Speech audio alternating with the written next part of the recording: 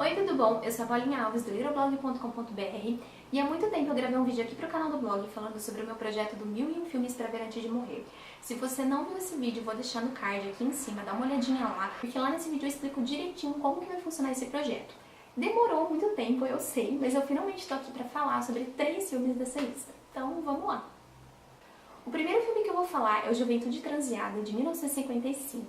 Esse filme é muito famoso, ele é um filme norte-americano dirigido pelo Nicholas Ray e protagonizado pelo James Dean. Esse filme conta a história do Dean Stark, que é um garoto super rebelde, que vive causando problemas e dores de cabeça para a família dele, e essa família inclusive vive mudando de cidade por causa das coisas que o Dean apronta. Finalmente ele chega em Los Angeles e logo o Dean Stark já se mete em confusão, vai parar na cadeia, e lá ele conhece 2 pessoas que vão ser muito importantes para essa história. A Judy, que é uma garota muito rica, que também tem problemas com o pai, e o Platão, que é um garoto bastante diferente. Os 3 se conhecem ali e acabam ficando meio que amigos, mas o Dean Stark, na verdade, está muito interessado na Judy e logo ele descobre que ela tem namorado. E que o namorado dela, inclusive, é o líder de uma gangue de garotos de um colégio.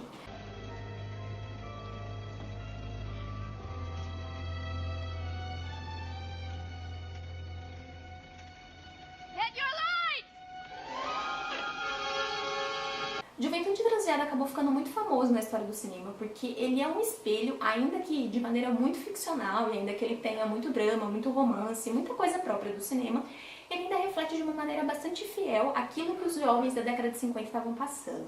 Essa foi uma década em que os jovens finalmente deram um grito de liberdade e falaram que eles queriam ser diferentes da geração anterior, eles pensavam de uma maneira diferente, eles se vestiam de uma maneira diferente. O figurino do filme, inclusive, é uma das coisas mais marcantes da história. As roupas que o James Dean usa no filme ficaram muito marcadas na história do cinema, porque realmente refletem esse período, essa década, em que os jovens queriam se mostrar diferentes dos pais.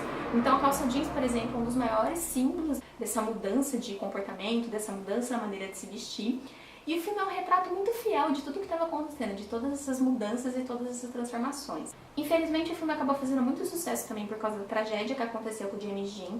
Um mês antes do filme chegar nos cinemas, o James Dean morreu num acidente de carro. Ele morreu totalmente no início da carreira, no início no ápice, né? Uma coisa meio curiosa, mas no início no ápice da carreira. E de uma maneira muito triste, né, obviamente, mas isso influenciou muito com que o filme fosse um sucesso, porque as pessoas queriam ver o último papel do James Dean no cinema. Além disso, ao longo dos anos, o filme acabou carregando uma imagem muito pesada também, porque várias mortes trágicas aconteceram. A Natalie Wood, ela morreu anos depois, afogada. O menino que faz o Platão morreu assassinado anos depois também. No mesmo ano que o filme foi lançado, um dos meninos que estava na gangue do namorado da Judy também morreu de uma forma super trágica. E assim, obviamente que são mortes que aconteceram depois, que não tem nada a ver com o filme, mas que contribuíram para essa imagem bastante pesada que ele acabou ficando no cinema. Pra mim, isso, no entanto, não tira nada ao mérito que Juventude Transviada tem de ser um filme excelente, que retrata realmente os jovens daquela década. E na época ele era considerado um filme muito pesado. Tanto é que quando ele estreou aqui no Brasil, ele era proibido para menor de 18 anos. E eu acho que foi o primeiro grande filme que realmente falou sobre jovens para jovens. Eu acho que finalmente o cinema deu abertura e deu espaço para esses jovens serem ouvidos. What's the matter? What's the matter? Well, what are you waiting on, Toreador? I thought you wanted a little action. Well, now you crud chicken, now you call me that! O segundo filme que eu vou falar aqui chama Esporos. Ele é de 1988 e é dirigido pelo George Swisher, e é muito provável que eu tenha falado o nome do diretor errado, inclusive o nome do filme. Se eu falei errado, gente, por favor, releva, porque eu realmente não sei como é que se pronuncia. Esse é um filme franco-holandês e ele é um filme de suspense excelente, é um dos melhores que eu já vi na minha vida, sem exageros. Eu vejo muitos filmes de terror / suspense porque é um dos meus gêneros preferidos, e esse daí tá tipo no top 10 de filmes de suspense. Ele conta a história de um casal de namorados que sai pra viajar durante um feriado e eles param numa espécie de graal no meio da estrada e a menina simplesmente some, desaparece no mapa. A gente continua a acompanhar a história do namorado e 3 anos depois ele continua a procurar essa menina. Na verdade, ele meio que já desistiu de encontrar ela viva, mas ele vive atormentado porque ele não sabe o que aconteceu. Então ele fica desesperado porque ele quer saber o que aconteceu com essa garota. Eu acho que o maior mérito desse filme é a forma como ele vai se desenrolando, assim.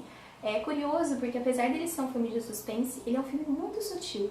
Ele tem uma forma muito própria de contar a história, ele tem uma gradação, uma continuidade muito própria. Ele não é um filme de muitas reviravoltas, de muitos ápices, de muitos sustos, Mas ainda assim, ele te prende na história do começo ao fim, você fica muito curioso, você quer saber o que aconteceu com a menina, você quer continuar a assistir o filme, mas ele tem o tempo dele, né? Como eu falei, é cinema europeu, então ele tem uma maneira muito particular de contar a história.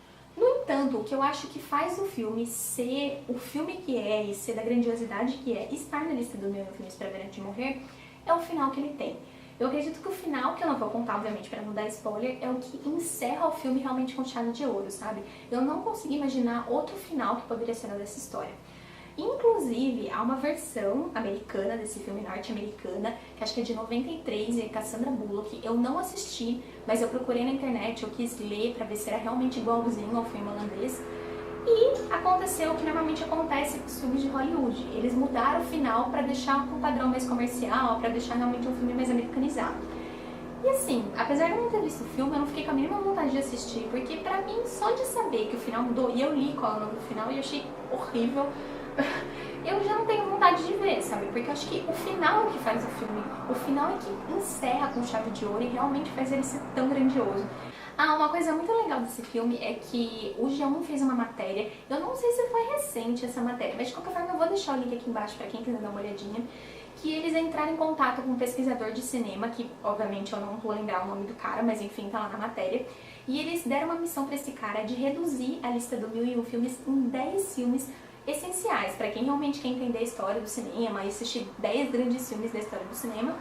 E eu achei uma missão muito complicada, porque se já é difícil selecionar 1001 filmes, imagina selecionar 10. Mas enfim, o cara fez essa lista e adivinhem, Sporos está nessa lista. E eu achei muito curioso porque além dele tem mais um filme holandês, e eu não conheço nada de cinema holandês, então eu fiquei muito curiosa para ver mais coisas sobre isso. Quem aí tiver indicações, inclusive de filmes holandeses, pode deixar aqui nos comentários que eu agradeço. Eu preciso abrir um parênteses agora aqui nesse vídeo para fazer um comentário que tá me agoniando. A tradução desse filme no português ficou como O Silêncio do Lago, não tenho certeza. Mas não tem lago no filme. Eu não entendi até agora essa tradução. Se alguém souber explicar o porquê dessa tradução, de verdade, deixem nos comentários, porque eu não entendi nada do porquê dessa tradução. Omdat jij steeds moet rijden, dat is goed tegen de stijfheid. Van het meisje dat de roos het mooist vindt als ze te 8 zijn. O último filme que eu vou falar aqui é um filme que muita gente já deve ter assistido e que se não viu inteiro, pelo menos deve ter assistido um trechinho, que é As Patricinhas de Beverly Hills, que é um filme norte-americano de 1995. Eu sou meio suspeita pra falar desse filme porque eu adoro As Patricinhas de Beverly Hills, eu sempre assisto quando tá passando, e esse filme é inspirado numa obra da Jane Austen que chama Emma, que eu ainda não li, mas que eu tenho muita vontade de ler, porque eu gosto muito das coisas que a Jane Austen escreve. Ele conta a história da Cher, que é uma garota que é muito rica, ela tem 15 anos e a família dela tem muita grana. Ela estuda num colégio que também só estuda gente rica e ela tem assim, o guarda-roupa dos sonhos.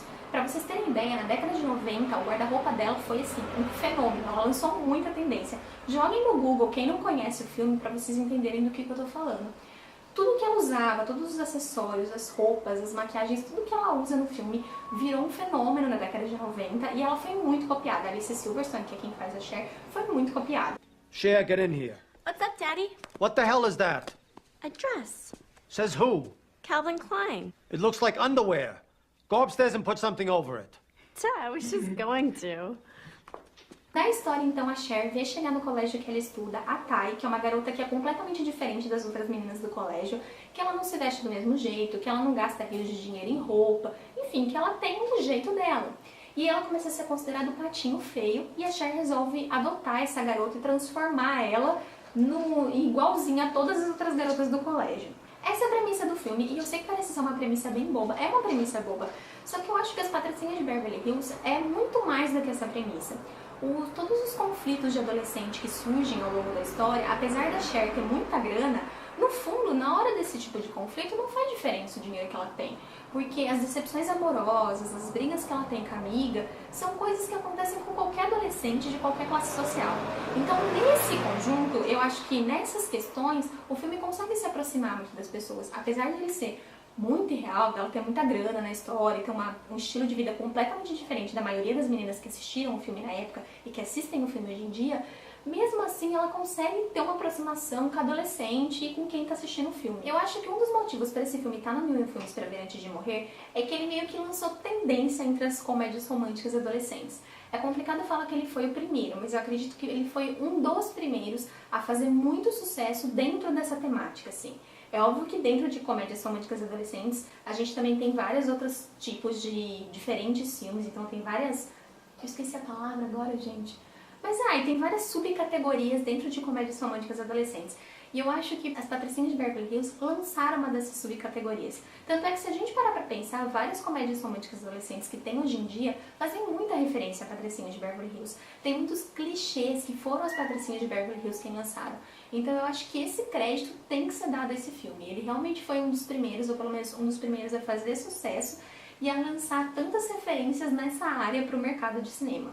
E é isso, eu espero muito que vocês tenham gostado desse vídeo. Eu queria deixar claro que eu não trabalho com cinema. Tudo que eu falei aqui foram opiniões pessoais. Óbvio que as informações que eu dei foram coisas que eu pesquisei, que eu não tô falando da minha cabeça. Então se você tem alguma opinião diferente, ou você concorda, ou você discorda com o que eu falei, deixa aqui nos comentários, eu vou querer saber. Um beijo e até a próxima. Tchau!